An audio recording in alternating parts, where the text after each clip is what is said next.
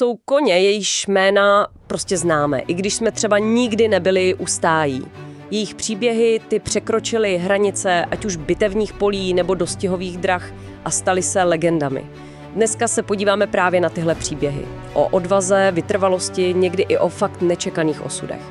Začněme možná v antice, u koně, který patří k jednomu z největších vojevůdců. Mluvím samozřejmě o Bucefalovi. Ano, Bucephalus, to je klasika. Obrovský černý hřebec Alexandra Velikého. Přesně. A ta historka, jak ho Alexandr zkrotil, protože pochopil, že se bojí vlastního stínu. Jo, to je známá věc. A pak ho provázel v nesčetných bitvách. Byl to víc než jen kůň, byl to partner. Dokonce prý, když ho jednou ukradli, Alexandr hrozil, že zničí celou oblast, jestli mu ho nevrátí. A hned se našel. To ukazuje tu vazbu. A taky Alexandrovo charisma, nebo spíš autoritu. Padl až v bitvě u Hydaspes. A Alexandr na jeho počest založil město Bucefala. I když kde přesně leželo, to je dodnes tak trochu záhada. No právě. Ale ten příběh žije dál. A to je na tomto fascinující, jak se ten kůň stane symbolem, jako prodloužení moci toho jezdce. Není to jen zvíře. Přesně. A tohle rozhodně neskončilo s antikou. Stačí se posunout o pár století dál, třeba do napoleonských válek. Tam to bylo taky hodně silné, ty vztahy mezi vojevůdci a jejich koňmi. Máme tu hned dva slavné příklady, kteří stáli proti sobě u Waterloo. Na britské straně Copenhagen, kůň vévody z Wellingtonu. Ten měl zajímavý původ, že? Směs plnokrevníka a Araba. Jo, ideální kombinace, rychlost a výdrž.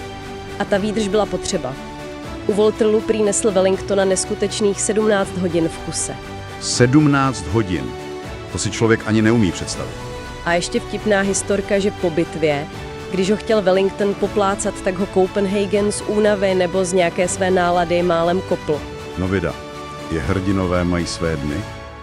A co ten jeho osud? Někde jsem četl o jeho kopitu. Je to tak.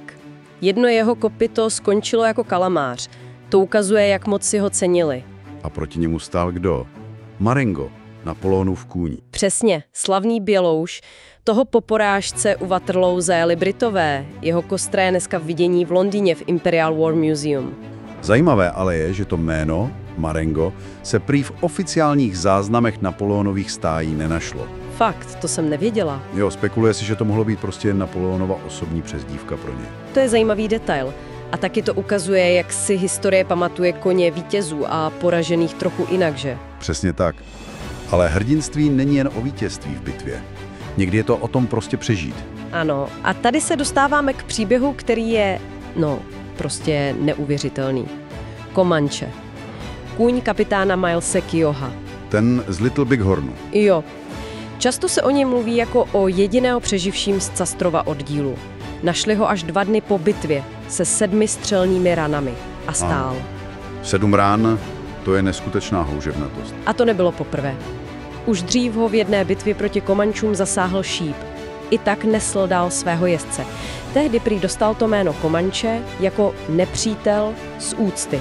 Takže to jméno vlastně nebylo. Nebylo myšleno hanlivě, právě naopak. Celkem byl zraněn prý 12krát.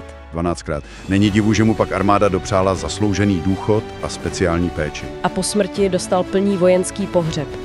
To je pro koně v Americe fakt rarita, 1 ze 2 tuším. Jeho ostatky jsou dodnes v muzeu Kansaské univerzity. Ten příběh to je prostě symbol. Symbol nezlomnosti a toho pouta mezi vojákem a koněm. Určitě. Tak a teď pojďme z bitevních polí na dostihové dráhy. I tam jsou legendy. Jasně. A tam nemůžeme nezmínit jednoho ze zakladatelů.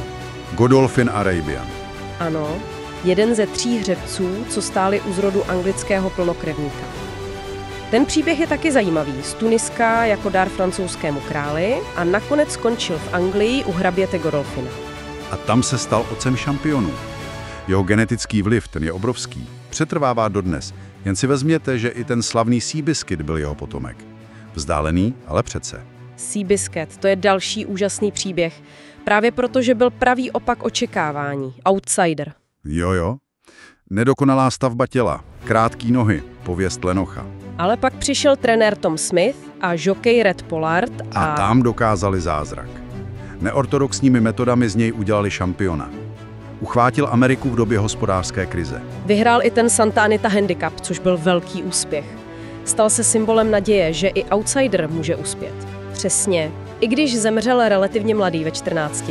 A jako protipól k němu, Man of War, Big Red. Ten byl hvězda od začátku, absolutní dominance na začátku 20. století. Vyhrál 20 z 21 dostihů. A ty náskoky. Prý jednou vyhrál o 100 délek. To je jako jiná liga. Porazil i držitele Triple Crownu. Pomohl udělat z Ameriky dostihovou velmoc. A i jako plemeník byl pak nesmírně úspěšný. Úžasná kariéra. Od začátku do konce. Takže když se na to podíváme zpětně, co tyhle příběhy spojí je? Není to jen o výkonu, že? Určitě ne. Je to o tom příběhu zatím.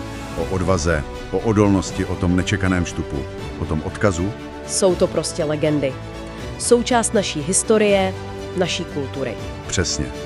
A možná taková myšlenka na závěr. Mluvili jsme o těch světově proslulých, ale co dělá hrdinu z koně v tom osobním příběhu každého z nás?